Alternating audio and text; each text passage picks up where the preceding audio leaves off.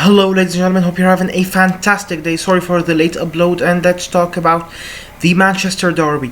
It was a horrible game for all of us, Manchester United fans, and a gift to Manchester City fans due to a lack of any tactical presence in the first half by Jose Mourinho and tactical excellence by Pep Guardiola. Let's start with the lineups. Jose Mourinho started with a typical 4-2-3-1 formation with David De Gea in goal, Eric Bailly and Daley Blind as the centre halves, Luke Shaw and Antonio Valencia as the fullbacks, with the two holding midfielders being Marwan Fellaini and Paul Pogba. We'll talk about him later. And the three men behind the striker were Henrik Mkhitaryan, Wayne Rooney and Jesse Lingard, with the front man being Zlatan Ibrahimovic. Let's talk about little things first. Henrik Mkhitaryan and Jesse Lingard started their first game in the season.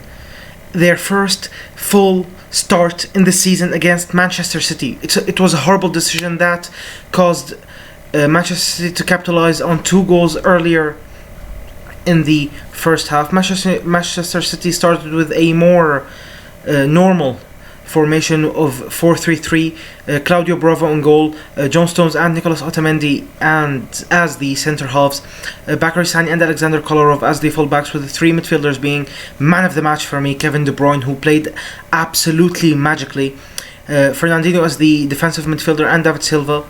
The 3 front men were Raheem Sterling, Kelechi Iheanacho and Nolito. The game started with the domination of Manchester City for most of the possession, most of the attacks, most of everything really. Kevin De Bruyne was absolutely class on grass. Manchester United couldn't cope with the pressure, with the continuous pressure of Manchester City attacks.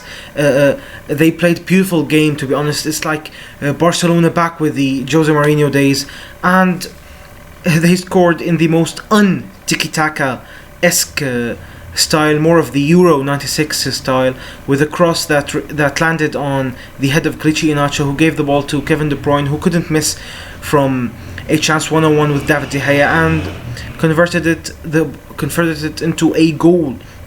The pressure didn't stop there; it continued from Manchester City. The Manchester United lineup were a bit shaken, a bit scared. Paul Pogba had no presence on the field, to be honest.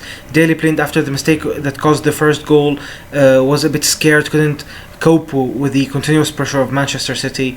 And a ball from Kevin De Bruyne deflected from the left post and landed on the leg of Kelechi Iheanacho, who converted it in front of an open goal, and it was 2-0. The stand were absolutely horrific.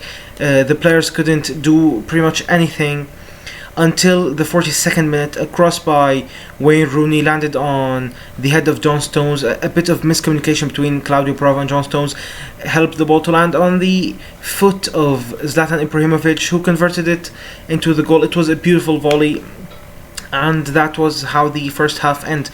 On the second half, the second half started. It was a bit more good, a bit more optimistic for Manchester United fans. Jose Mourinho made immediate 2 changes to the lineup. Ander Herrera came on for Henrik Mkhitaryan and Marcus Rashford for Jesse Lingard. The effect became very apparent. Paul Pogba had more chances to move forward with the addition of Ander Herrera. The addition of Marcus Rashford rejuvenated the attack a bit. There was more counter-attacks, more chances being created, and more liberty for other players to move freely on the field. While Pep Guardiola made a couple of changes that were more defensive on the 53rd and 60th minute, with the addition of Leroy Sané and Fernando. Leroy Sané, who made his debut on the Manchester derby, he didn't have any effect on the game, but was very good in retrieving balls. And Fernando, was the holding midfielder that allowed other players to retrieve the ball more often, and defended very well against Manchester United attacks. Manchester United were more dominant in the second half, having more chances but failing to convert any of them. One of the chances was a cross by Wayne Rooney that was blocked by the hand of Nicolas Otamendi, that should have resulted in a penalty kick, but you can't blame the referee when the team is playing absolutely crap during the first half.